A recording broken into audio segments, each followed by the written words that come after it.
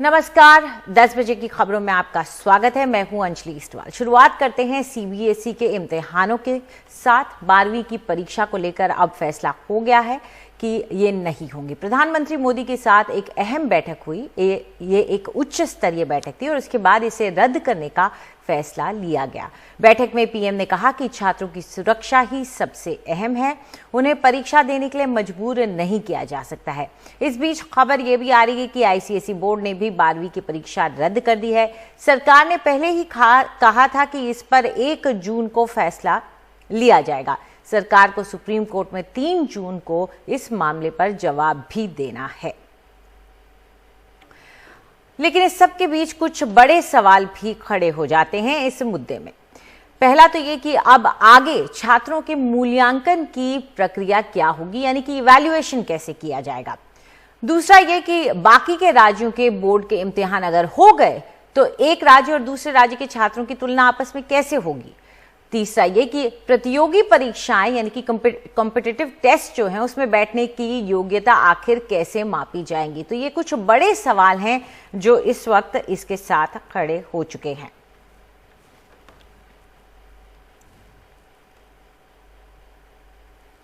और इस पर चर्चा करने के लिए हमारे साथ कुछ खास मेहमान जुड़ रहे हैं। हमारे साथ जुड़ गए कुमार आशीष जो कि छात्र हैं एमिटी स्कूल के, और ओजस सिंह जुड़ गए हैं जो कि छात्र हैं शांति एशियाटिक स्कूल के। आप दोनों का शुक्रिया हमारे साथ जुड़ने के लिए। आशीष, आपका क्या रिएक्शन रहा जब आपको पता चला कि इस साल बोर्ड्स नहीं होंगे, एग्जाम्स नहीं होंगे? जी नमस्कार जी, मेरा फर्स्ट रिएक्शन था कि एग्जाम नहीं होना सही है, क्योंकि सारे पेरेंट्स, टीचर्स और इवन हम स्टूडेंट्स के बीच में एंग्जाइटी थी कि और जो अनिश्चितता बनी हुई थी कि एग्जाम्स होंगे कि नहीं होंगे, उनसे स्ट्रेस लेवल बढ़ रहा था। तो जो भी सेंटर का ये आया है कि 12th बोर्ड की परीक्षा नहीं होगी, इसका हम ये स्वागत करते हैं। ये अच्छा उनका डिसीजन है। बस अब इस चीज पे हम लोग को क्लैरिटी चाहिए कि हम लोग के मार्क्स का मूल्यांकन कैसे होगा, क्योंकि 2 वेज सेंटर गवर्नमेंट की तरफ से आए थे कि ऐसे हो सकते हैं कि 12th के जो हम लोग की प्री बोर्ड्स हैं, जो इंटरनल्स के नंबर है उस पे मूल्यांकन होगा, कि जो हम लोग के last previous year 9th, 10th और 11th के जो हम लोग के फाइनल स्कोर्स थे उसका एवरेज लेके या उस पे कोई मूल्यांकन होगा। तो बेसिकली लास्ट की क्लैरिटी यही हो हम लोग को अभी चाहिए कि हम लोग का फाइनल इवैल्यूएशन कैसे होगा। माँ जी, ओजस, आप क्या मानते हैं, आप क्या चाहेंगे किस तरीके का मूल्यांकन हो, क्योंकि अलग अलग छात्रों की इसको लेकर अलग अलग राय रहेगी? देखिए, मैं भी एक्चुअली श्योर नहीं हूँ कि कैसे ये मार्किंग स्कीम क्या होगी, बट जैसे भी हो इन लोग को बस एक चीज ये देखनी पड़ेगी कि जो स्टूडेंट्स इंडिया के बाहर के कॉलेजेस में एडमिशन लेना चाहते हैं तो वो कॉलेजेस का रिएक्शन क्या होगा। वो मार्किंग स्कीम ऐसे रखनी पड़ेगी इनको कि हम लोग इंडिया के बाहर जो कॉलेजेस हैं वहां पे एडमिशन ले सकते हैं। जी, और क्या आशीष, आपके माता पिता की चिंता तो बढ़ नहीं गई है इस वजह से कि उनकी भी यही अब सोच हो कि क्या होगा आगे, एडमिशन कैसे मिलेगा? आप कौन से कॉलेज में जाना चाह रहे थे? जी, मेरा स्ट्रीम साइंस स्ट्रीम था, तो हम लोग को एंट्रेंस एग्जाम हम लोग को देना था। ठीक, तो उसी के बेसिक अब एंट्रेंस हम लोग का कब होगा, जो जेई मेंस है और बिटसैट है और भी जो अन्य एग्जाम्स हैं, उनको लेके अभी क्लैरिटी हम लोग को मिलनी चाहिए। क्योंकि अब जब बोर्ड्स कैंसिल हो गए हैं तो हम लोग के अंदर ये स्ट्रेस बढ़ गया है कि अब जो एग्जाम्स होंगे उसका फ्यूचर क्या होगा। और जैसे उन्होंने कहा कि फॉरेन में जो बच्चे पढ़ना चाहते हैं उनका एडमिशन को लेके ये कुछ चीजें हैं जिन पे हम लोग को अभी क्लैरिटी मिलनी बाकी। तो अगर वो मिल जाती है तो हम लोग के अंदर जो एंग्जाइटी है वो कम होती है। बिल्कुल, क्लैरिटी और उम्मीद यही कर रहे हैं कि इस पर क्लैरिटी जरूर आ जाएगी, क्योंकि चर्चाएं होंगी। अभी तो पहला ही कदम है, इसके आगे धीरे धीरे आगे के कदम आएंगे, आगे की गाइडलाइंस भी उम्मीद करते हैं आएंगी। ओजस, आपके स्कूलों की तरफ से कोई कम्युनिकेशन आया है, कोई बात कही गई है अभी तक? नहीं, बस हम लोग को ये नोटिस मिला था कि बोर्ड्स कैंसिल हो गए हैं। इसके आगे तो अभी मतलब कुछ क्लैरिफाई किया नहीं है। जी, ये नोटिस आपको स्कूल से भी मिला क्या? हाँ, मतलब कल शाम को ही आया ये नोटिस हम लोगों को। तो आप लोग एक्सपेक्ट कर रहे थे, आपको इसकी उम्मीद थी कि ऐसा हो जाएगा, मतलब मेंटली आप प्रिपेयर्ड थे? हाँ बिल्कुल, क्योंकि जिस तरह से अभी कोविड बढ़ रहा है इंडिया में, तो ये बोर्ड्स का मतलब सेंटर पे जाके एग्जाम देना बहुत ज्यादा डेंजरस था। तो बहुत अच्छा काम किया है ये बोर्ड्स कैंसिल करके। और आपके माता पिता का क्या इसमें प्रतिक्रिया रही जब उन्हें पता चला? वो भी बहुत बहुत खुश थे कि मतलब, क्योंकि वही है, बहुत रिस्की था, तो इसकी वजह से जब ये नोटिस आया तो वो लोग भी खुश थे। आशीष, एग्जाम्स जो 12वीं के होते हैं वो एक तरीके का हम उसे चरम मानते हैं कि एक पिनिकल होता है जिसके लिए हम लगातार काम करते रहते हैं, और मेरे ख्याल से 2-2 साल से आपके कम्पिटिटिव एग्जाम्स उसके बाद जो होते हैं उसके लिए बच्चे तैयारी शुरू कर देते हैं। 11th और 12th दोनों में ही उसकी पढ़ाई करते हैं। क्या आपको लगता है इसका कोई असर उस पर पड़ने वाला है, या आप लोग एक्सपेक्ट कर रहे थे और उसी हिसाब से आपकी तैयारियां थी? जी, हम लोग की तैयारियां एग्जाम की पूरी थी, लेकिन अभी जो सेकेंड वेव आया तो उसमें एग्जाम्स कंडक्ट कराना बहुत डेंजरस था। तो मेरा ये मानना है कि जितने भी ह्यूमैनिटीज और कॉमर्स स्ट्रीम के हैं उनके भी एंट्रेंस एग्जाम्स होने चाहिए, ताकि प्रॉपर तरीके से सिलेक्शन हो पाए बच्चों का। जैसे किसी को ह्यूमैनिटीज में, हिस्ट्री में या इकोनॉमिक्स में ऑनर्स करना है तो उसकी सेपरेट एंट्रेंस एग्जाम्स भी हो सकते हैं, जिसके कारण आप वेरियस यूनिवर्सिटीज में अपना एडमिशन ले सकते हैं। बात तो आपकी सही है कि सेपरेट एंट्रेंस एग्जाम हो सकते हैं, लेकिन ये एक बहुत बड़ी एक्सरसाइज भी हो जाएगी। इतनी यूनिवर्सिटी में लाखों बच्चे आवेदन करते हैं और एक छटनी जो होती है वो पहले लेवल की, वो आपके 12th के मार्क्स से हो जाती है। उससे कम नंबर हो जाते हैं बच्चों के जो एग्जाम के लिए बैठेंगे, क्योंकि यूनिवर्सिटीज के लिए इतना बड़ा एग्जाम ऑर्गेनाइज करना भी मुश्किल है।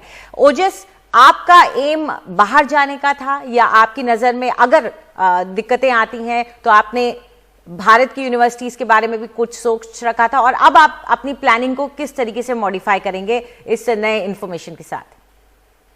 नहीं, एक्चुअली मैं जब 11th में था मैंने तब से ही सोचा था कि मैं कॉलेज तो इंडिया के बाहर ही जाऊंगा, बट ये नोटिस आने से भी कुछ चेंजेस नहीं है। मैं दोनों चीज के लिए प्रिपेयर्ड था, बोर्ड्स देने के लिए भी, और अगर ये जो कैंसिल हो गया मैं उसके लिए भी प्रिपेयर्ड था।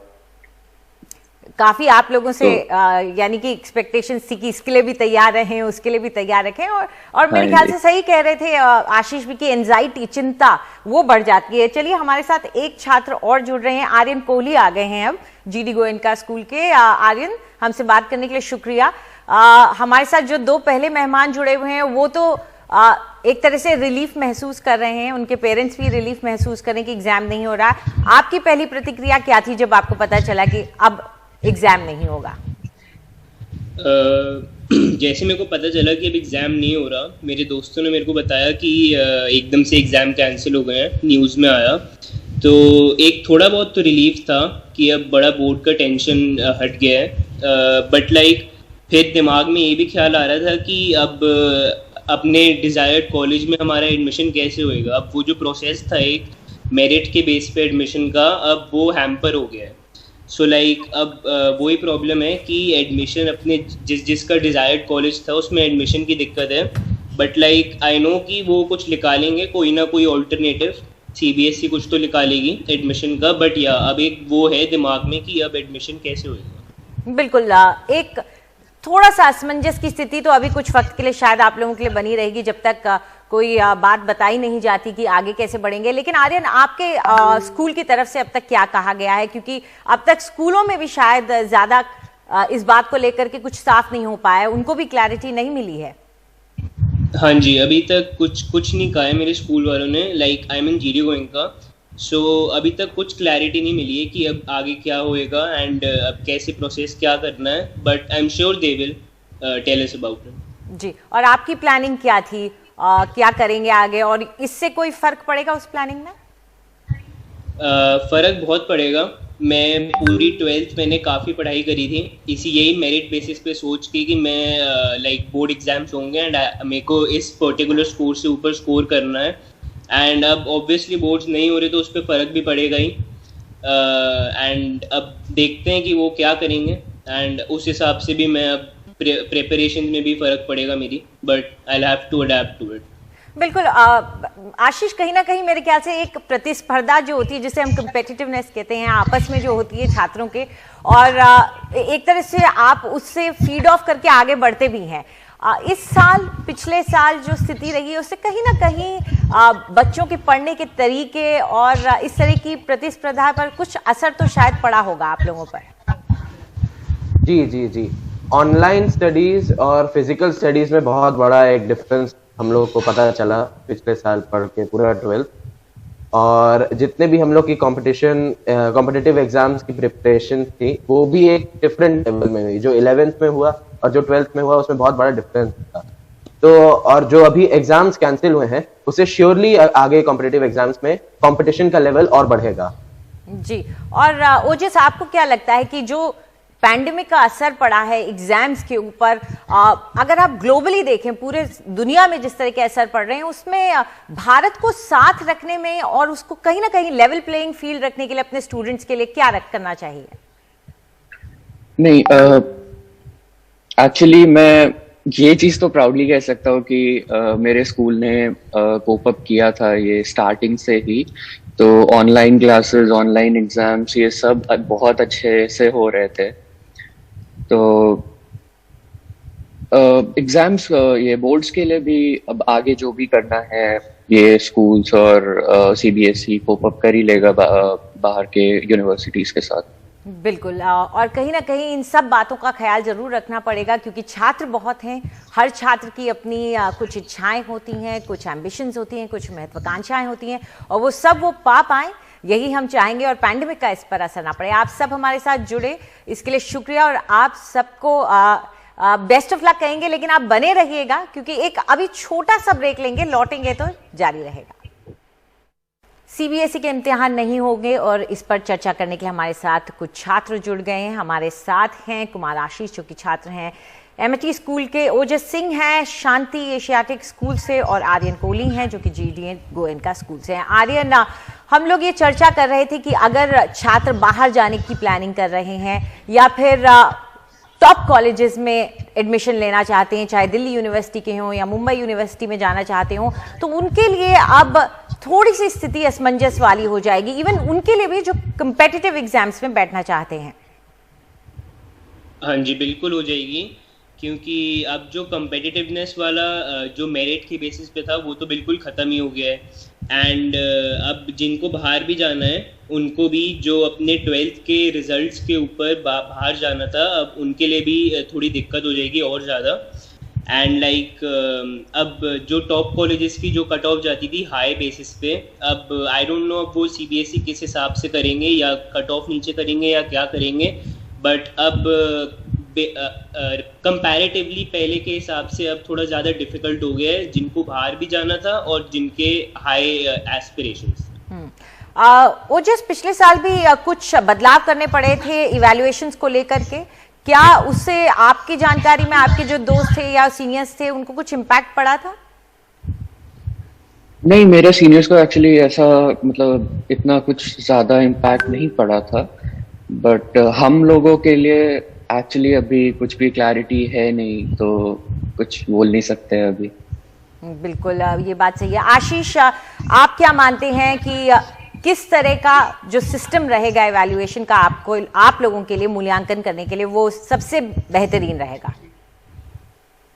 देखिए, सबसे अच्छा मेथड मेरे हिसाब से है कि 2 मेथड हो सकते हैं। एक तो 12th के करंट जो हम लोग ने प्री बोर्ड दिए हैं या मॉक बोर्ड्स दिए हैं, और इंटरनल्स के मार्क्स और हमारे प्रैक्टिकल्स, इनका एक एवरेज लेके कर सकते हैं, या प्रीवियस परफॉर्मेंस जो हम लोग के लास्ट 3 इयर्स के थे उसके बेसिस पे ले सकते हैं। क्योंकि इस साल हम लोग ने फिजिकली ज्यादा एग्जाम नहीं दिए हैं, लेकिन जो भी ऑनलाइन एग्जाम्स हुए हैं वो बहुत अच्छे से कंडक्ट हुए थे, इसलिए 12th के जो इंटरनल्स नंबर हैं वो श्योरली कंसिडर कर सकते हैं हम लोग इवैल्यूएशन के लिए। जी, तो इंटरनल्स को अगर वेटेज दे दी जाए, क्योंकि कई बार चिंता ये होती है कि पिछले 3 साल के उठाएंगे तो बच्चे में अगर शुरुआत में सीरियसनेस नहीं रही थी तो बाद में क्या होगा, इसकी चिंता भी शायद रहती है। आपको इस बात की चिंता है क्या ओजस, या आपको लगता है कि 3 साल का एवरेज ले लें? नहीं, अगर ऐसे देखा जाए तो इनको ट्वेल्थ का ही जो ऑनलाइन हम लोगों ने एग्जाम्स दिए हैं जी उसका ही लेना चाहिए। और जैसा आशीष ने बोला कि प्री बोर्ड्स के मार्क्स के बेसिस पे जो हमारा जो फाइनल रिजल्ट बनेगा जी वो बनाना चाहिए। बिल्कुल। तो उम्मीद करते हैं कोई ना कोई अच्छा तरीका जरूर निकाल लेंगे और हम भी इस खबर पर नजर रखेंगे और जैसे ही आती है छात्रों तक पहुंचाने की ये पूरी कोशिश हमारी रहेगी। आप तीनों हमारे साथ जुड़े उसके लिए शुक्रिया आपका।